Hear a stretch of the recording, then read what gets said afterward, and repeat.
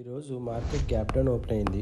తర్వాత కాసేపటికి ఈ జోన్ ఏదైతే ఉందో అది కూడా కేర్ చేయకుండా మళ్ళీ బ్రేక్ డౌన్ ఇచ్చింది. అట్ ది సేమ్ టైం నేను కింద ఇంపార్టెంట్ జోన్గా ఫీల్ అవుతున్న ఈ జోన్ దగ్గరికి వచ్చి ఒకసారి ఇలా 3 గ్రీన్ క్యాండిల్స్ ఫామ్ చేయడంతో నేనేమనుకున్నానంటే మార్కెట్ ఈరోజు ట్రెండింగ్ మూవ్ ఉండబోతుందేమో.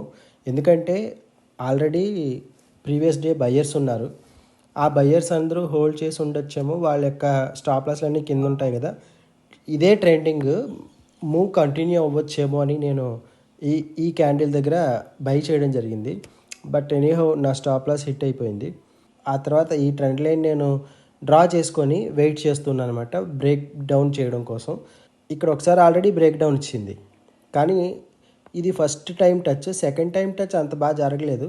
ఇది ఓకే, సెకండ్ టైం టచ్ అనుకున్నా, థర్డ్ టచ్ అనుకున్నా, నాకు ఎంటర్ అవ్వడానికి నాకు రీజన్ కనపడలేదన్నమాట. ఎందుకంటే ఈజీగా బ్రేక్ డౌన్ అయినందని కనపడుతుంది, కాబట్టి ఇక్కడ ఎవరైనా సెల్ చేస్తారు. బ్రేక్ డౌన్ అయిన తర్వాత మార్కెట్ చిన్న చిన్న క్యాండిల్స్ ఏర్పరిచి పైకి వెళ్తుంది అనమాట. ఆ తర్వాత ఎప్పుడైతే ఈ రెడ్ క్యాండిల్ వచ్చిందో నేను అప్పుడు పుట్ తీసుకున్నాను. ఈసారి 2 లాట్లతో చేశాను. కొంచెం ప్రాఫిట్ చూపించింది, కానీ ఎగ్జాక్ట్గా 26,000 సపోర్ట్ తీసుకొని పైకి వెళ్ళిపోయింది మార్కెట్. మళ్ళీ రెండోసారి ఇక్కడ స్టాప్ లాస్ హిట్ అయింది. సో నా డైలీ లిమిట్ 3,000 లాస్ దాటేస్తుందని నేను ఇక్కడ రెండో లాట్ని సెల్ చేసేసాను. ఈ రకంగా 2 ట్రేడ్స్ ఇవాళ లాస్లో క్లోజ్ చేయాల్సి వచ్చింది.